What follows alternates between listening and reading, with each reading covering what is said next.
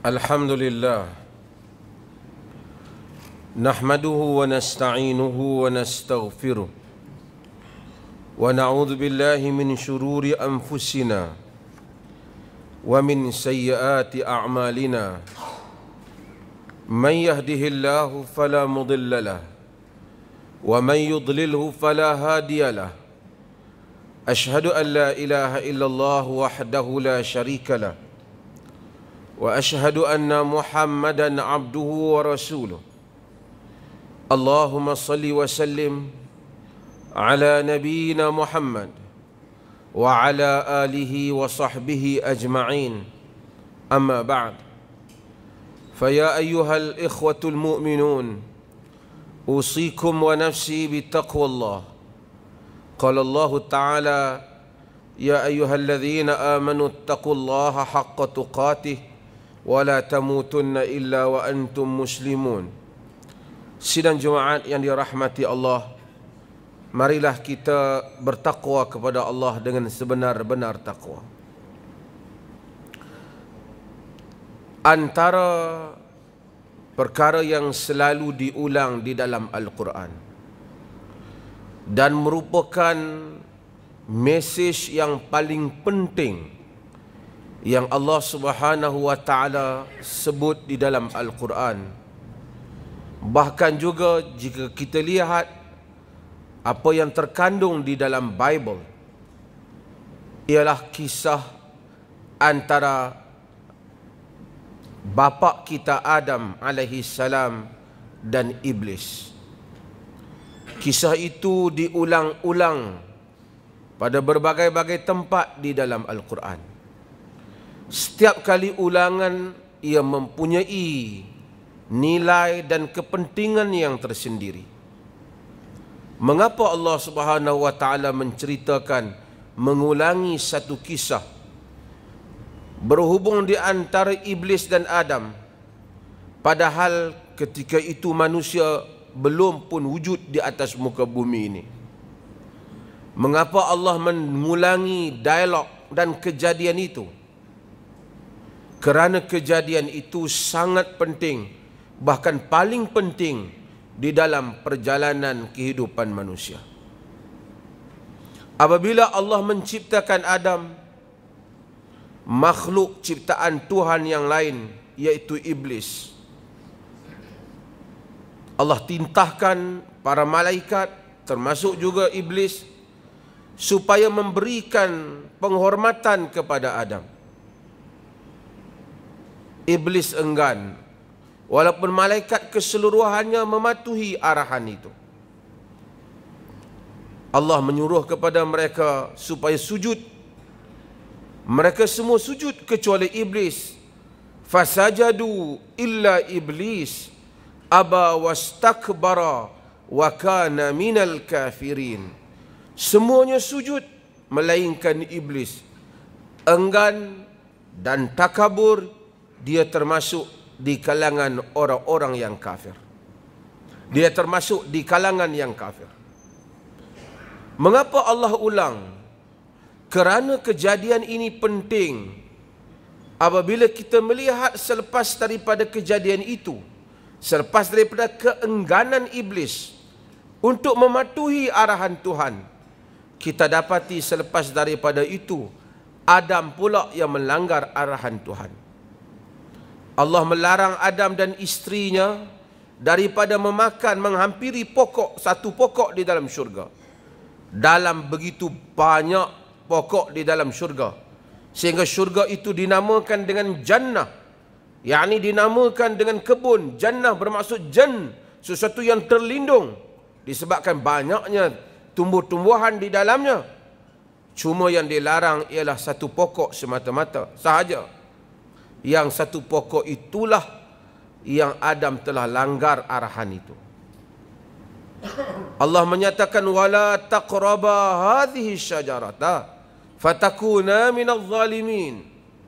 Kamu boleh makan semua, jangan kamu hampiri pokok, kamu berdua hampiri pokok ini, nanti kamu akan termasuk di kalangan orang-orang yang zalim. Adam Seperti mana tabiat cucunya, demikian tabiat asal datuk kita pelupa terhadap arahan, tersalah terhadap arahan. Fa'azallahum syaitan. Syaitan telah menggelincirkan kaki mereka berdua. Dia makan dan kemudian dia telah melanggar arahan Allah Azza wa Jalla. Dalam kisah yang pertama, iblis yang melanggar arahan Allah, Allah kata wa kana minal kafirin. Dia termasuk di kalangan orang yang kafir. Adapun Adam, Allah Subhanahu wa taala telah mengampuni dosanya. Fataba alaih, Allah telah mengampuninya. Apakah Allah? Adakah Allah telah melakukan double standard di dalam melayani dua makhluknya? Sudah pasti tidak. Maha suci Tuhan daripada hal itu. Mengapa Allah menghukum iblis dengan kekufuran tetapi tidak menghukum Adam dengan hukuman kekufuran, sedangkan Adam juga melanggar arahan Tuhan? Sebabnya ialah kerana sebab itulah yang Allah ulangi kisah mereka. Kerana iblis apabila dia enggan, dia sombong dengan Tuhan. Dia mencabar, dia menyatakan bahawasanya tidak patut dia melakukan penghormatan itu. Kerana engkau khalaqtani min nar wa khalaqtahu min tin. Kau ciptakan aku daripada api, kau ciptakan dia daripada tanah. Kerana kesombongannya terhadap arahan Tuhan, Allah Subhanahu wa taala menyebut aba wastakbara wa kana minal kafirin. Enggan dan takabur, dia termasuk di kalangan orang yang kafir. Sementara bapa kita Adam, dia juga melakukan kesalahan. Tetapi apabila dia melakukan kesalahan dan dia ditegur oleh Tuhan, dia menyatakan Rabbana zalamna anfusana wa illam taghfir lana wa tarhamna lanakunanna minal khasirin. Wahai Tuhan kami, kami telah zalimi diri kami sendiri. Jika engkau tidak kasihani kami, nescaya kami termasuk di kalangan orang-orang yang rugi. Tabiat Adam ini ataupun sikap Adam ini walaupun berdosa, tetapi sikap tidak takabur setelah berdosa, merendah diri, Tuhan ulanginya banyak kali di dalam Al-Quran. Kerana Tuhan tahu anak Adam seperti bapaknya, selalu akan tersilap dan melakukan dosa. Tetapi setiap kali tersilap dan melakukan dosa itu, anak Adam hendaklah seperti bapa mereka, iaitu memohon keampunan, mengakui kesalahan diri dan kembali kepada Allah. Maka Allah jadikan dosa yang terbesar di dalam hidup insan ialah dosa takabur, dosa sombong. Maka Nabi SAW menyebut la yadkhulul jannah man kana fi qalbihi mithqala dzarratin min kibr. Tidak masuk syurga orang-orang yang di dalam jantung hatinya ada sebesar zarah daripada kesombongan. Sahabat bimbang, kerana semua orang sukakan kelebihan dirinya, sukakan pakaian yang cantik, kasut yang cantik, rumah yang lebih elok daripada rumah orang lain, baju yang lebih cantik daripada baju orang lain, kenderaan yang lebih cantik daripada kenderaan orang lain. Maka mereka bertanya Nabi SAW, Ya Rasulullah, ar-rajul yuhibbu an yakuna thawbuhu hasana wa na'luhu hasanatan. Wahai Rasulullah, macam mana dengan satu orang yang suka baju cantik, suka kasut cantik, yang ni suka nampak dia lebih, dia menonjol dengan kecantikan itu? Nabi SAW menyatakan, Innallaha jamilun yuhibbul jamal, al-kibru batarul haq wa ghamdun nas. Nabi kata sesungguhnya Allah itu cantik dan ia sukakan kecantikan. Pakaian yang kemas, kenderaan yang elok, rumah yang elok, Allah suka. Namun kesombongan itu ialah batarul haq, menolak kebenaran dan memandang lekeh kepada orang lain. Ini definisi kesombongan yang disebut oleh Nabi sallallahu alaihi wasallam. Hal inilah yang dilarang, yang disebut oleh Luqman kepada anaknya, wala tusa'ir khaddaka lin-nasi wala tamshi fil ardi maraha innallaha la yuhibbu kulla mukhtalin fakhur. Jangan kamu berpaling wajahmu daripada manusia dan berjalan di atas muka bumi dengan kesombongan. Sesungguhnya Allah tidak suka kepada semua orang yang sombong lagi membanggakan diri. Maka sombong itu menolak kebenaran, memandang lekeh kepada orang lain. Untuk memiliki kelebihan, agama tidak menjadi masalah. Bahkan kita disuruh untuk memiliki kelebihan. Allah suka kita menceritakan nikmat yang ada. Wa amma bi ni'mati rabbika fahaddits. Adapun dengan nikmat Tuhanmu, ceritakanlah. Sebab itu Nabi melarang orang yang memakai selekeh. Disuruh kita berpakaian dengan cantik, kenderaan yang elok. Innakum qadimuna ila ikhwanikum. Kamu datang pergi jumpa dengan saudara-saudara kamu. Fa aslihu libasakum wa rihalakum. Perelokkan pakaian kamu, perelokkan kenderaan kamu. Itu bukan lambang kesombongan. Bahkan Allah menempelak orang-orang yang mengharamkan nikmat-Nya kepada hamba-hambanya. Qul man harrama zinatallah allati akhraja li'ibadihi wat-tayyibati minar rizq. Katakanlah, siapakah yang berani mengharamkan perhiasan Allah dan rezeki-rezeki yang baik yang dikeluarkan untuk hamba-hambanya? Agama membenarkan kita menggunakan nikmat ini.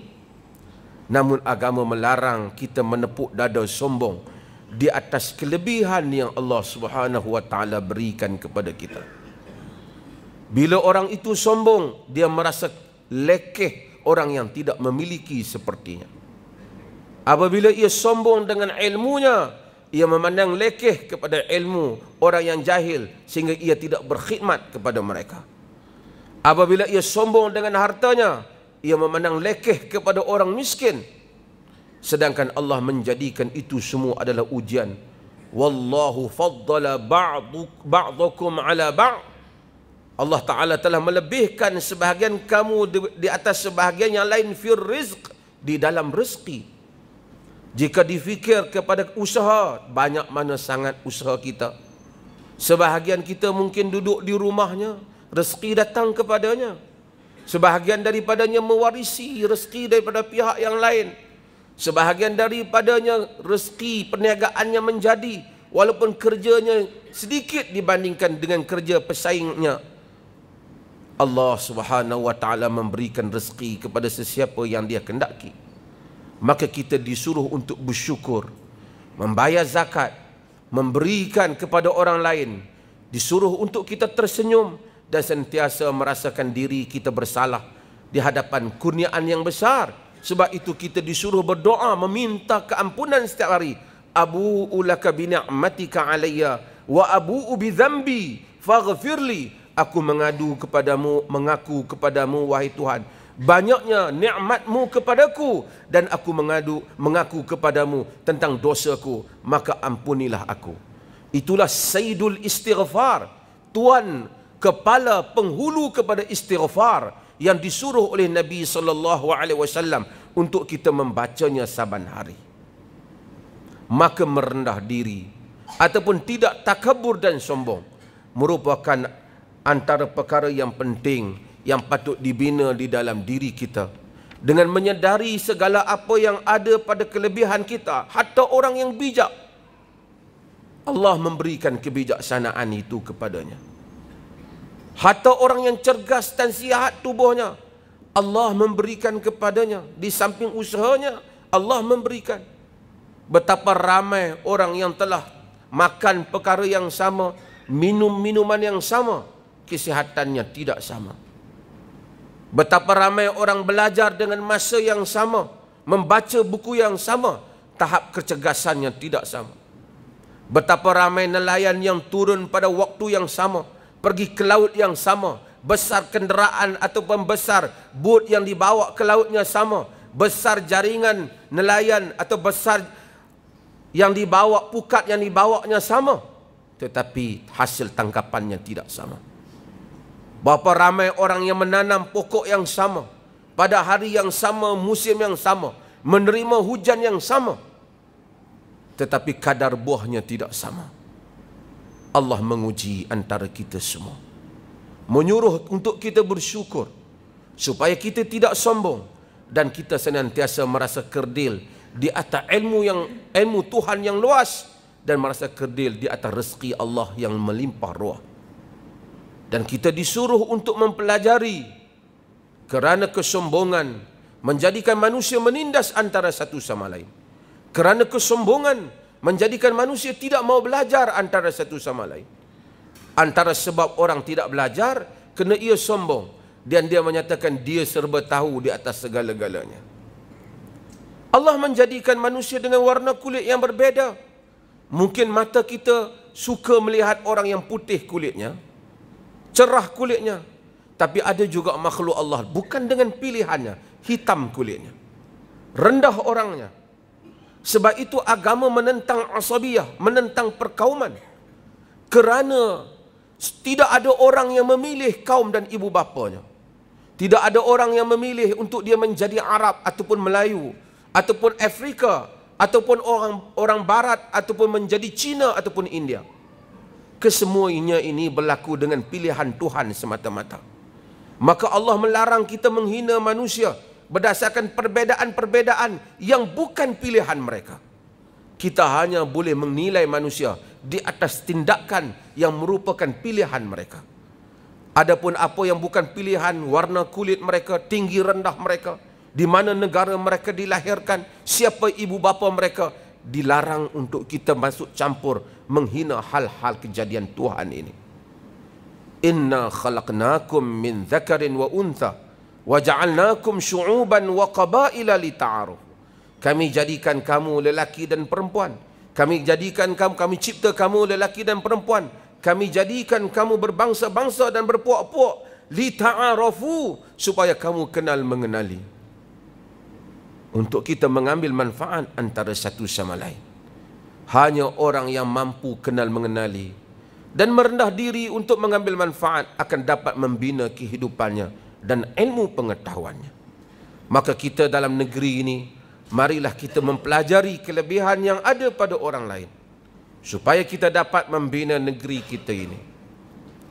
Dan suka saya ingin memaklumkan supaya rakyat Perlis ini tahu bahawasanya bermula daripada hari ini, besok dan lusa, ada persidangan yang membabitkan 200 lebih perwakilan daripada 25 negara.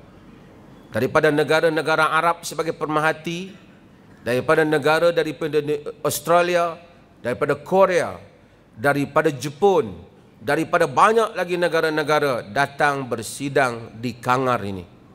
Persidangan mereka tertutup kerana mereka membincangkan urusan dakwah orang Islam di rantau Asia Pasifik. Ini adalah kurnia Tuhan dan ini merupakan tahun lepas mereka bermula dan kita jemput mereka datang lagi pada tahun ini. Untuk kali yang keduanya mereka tetap memilih Perlis. Mudah-mudahan dengan datangnya ramai orang luar memberikan kepada kita, menyumbang kepada kita pengetahuan mereka, dengan kita pula menyumbang sikap tuan rumah kita kepada mereka, mengalu-alukan mereka. Mudah-mudahan Allah merahmati, kerana tidak ada satu umat yang dapat membangun tanpa mengambil manfaat daripada kelebihan orang lain. Mudah-mudahan Allah Subhanahu wa taala merahmati negeri ini dan memberikan kebaikan yang banyak daripada masa ke semasa. Tanggungjawab kita ialah merendah diri kepada Allah, memohon pertolongannya dan mempelajari kebaikan di antara satu sama lain. Barakallahu li wa lakum fil Qur'anil azim wa nafa'ani wa iyyakum bil ayati wa dzikril hakim.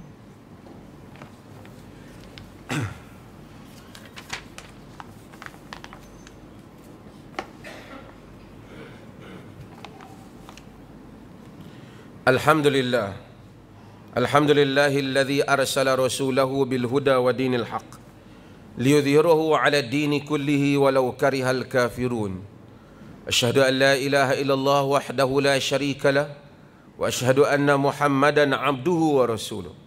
Allahumma salli wa sallim ala nabiyyina Muhammad wa ala alihi wa sahbihi ajma'in, amma ba'd. Faya ayyuhal ikhwatul mu'minun, usikum wa nafsi bi taqwallah wa tazawwadu fa inna khaira zadi taqwa. Sidang Jumaat yang dirahmati Allah, marilah kita semua bertakwa kepada Allah dan membekalkan diri kita dengan takwa.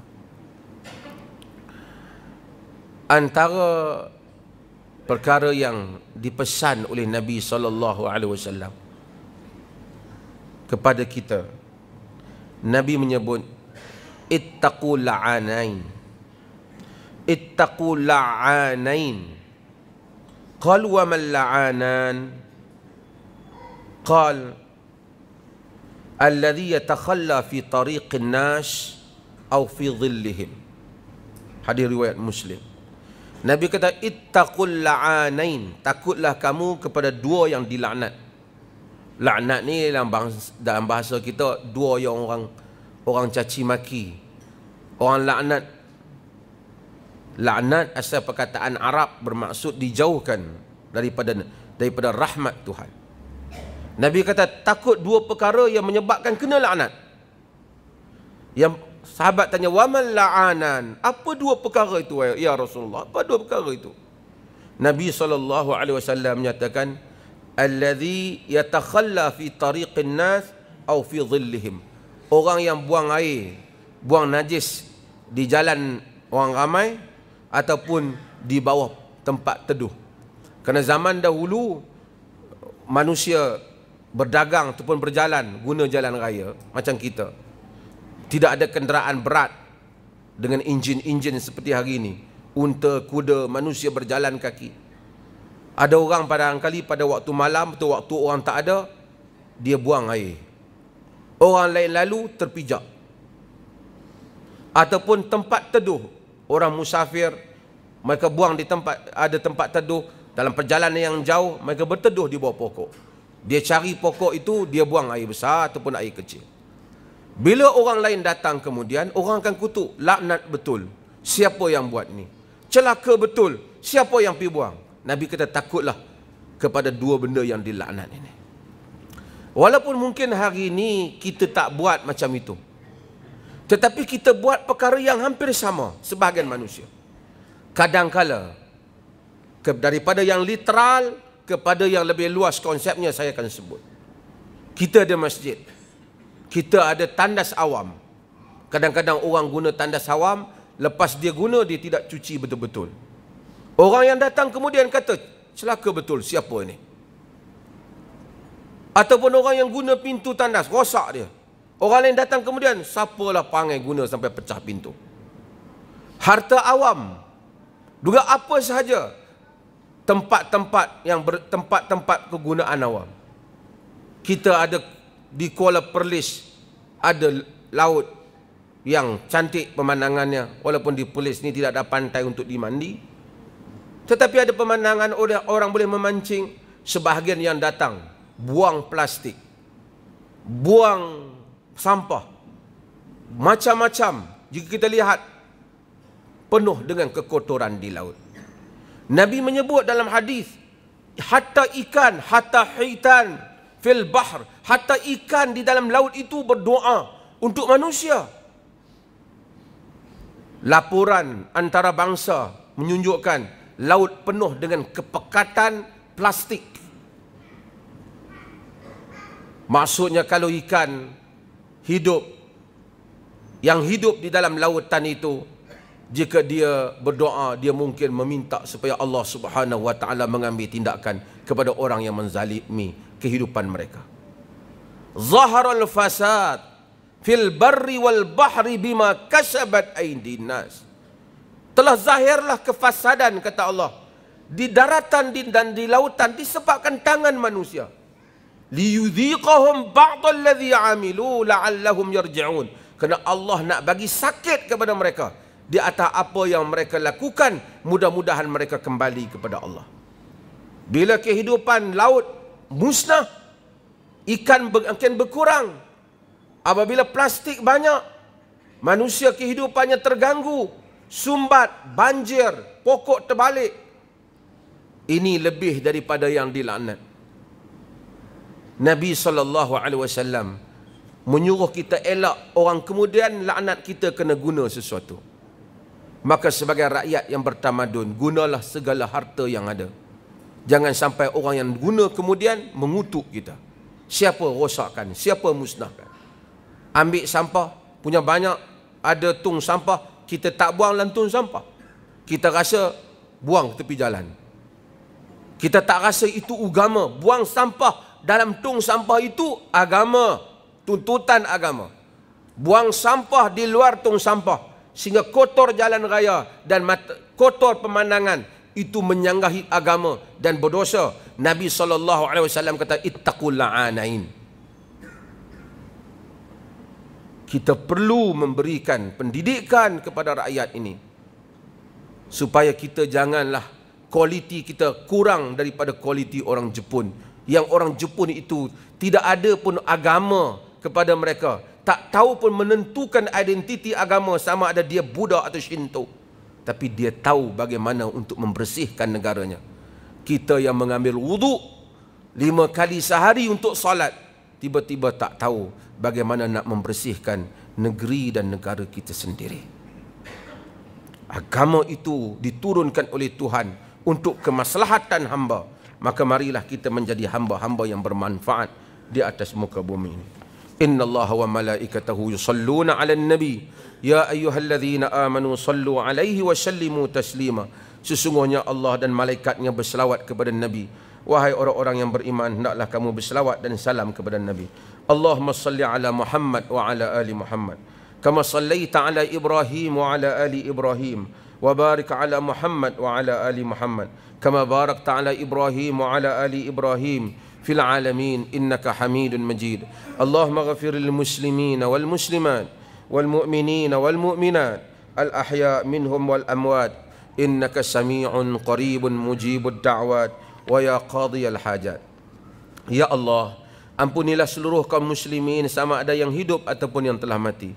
Ya Allah, berikan petunjuk hidayah serta rahmat-Mu kepada kami sekalian hamba-hamba-Mu dan kepada pemimpin kami itu utama Raja Pemerintah Negeri Perlis Tuanku Said Sirajuddin Ibnu Almarhum Tuanku Said Putra Jamalul Lail, dan Raja Muda Perlis Tuanku Said Faizuddin Putra Ibnu Tuanku Said Sirajuddin Jamalul Lail, serta kaum kerabat baginda supaya sentiasa beramal dengan kitab-Mu dan sunnah Nabi Muhammad sallallahu alaihi wasallam, dan Engkau lanjutkan usia baginda berdua dalam keadaan selamat sejahtera. Semoga dengan kesihatan yang baik yang telah Engkau kurniakan kepada baginda berdua, terlaksananya pemerintahan yang adil lagi diredai oleh-Mu.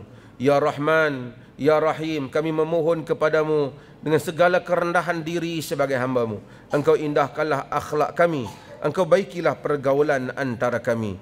Ya Rahman, Ya Wadud, Engkau semarakkanlah dalam jiwa kami kasih sayang kerana-Mu, sehingga terlaksananya cinta dan kasih yang Engkau redha. Engkau baikilah keluarga kami, anak isteri kami dan saudara mara kami, jiran tetangga kami dan seluruh mereka yang kami kasihi. Rabbana hablana min azwajina wa dhurriyyatina qurrata a'yun waj'alna lil muttaqina imama. Barakallahu li wa lakum fil Qur'anil azim wa nafa'ani wa iyyakum bil ayati wa dhikril hakim wa taqabbala minni wa minkum tilawatahu innahu huwas samiul alim.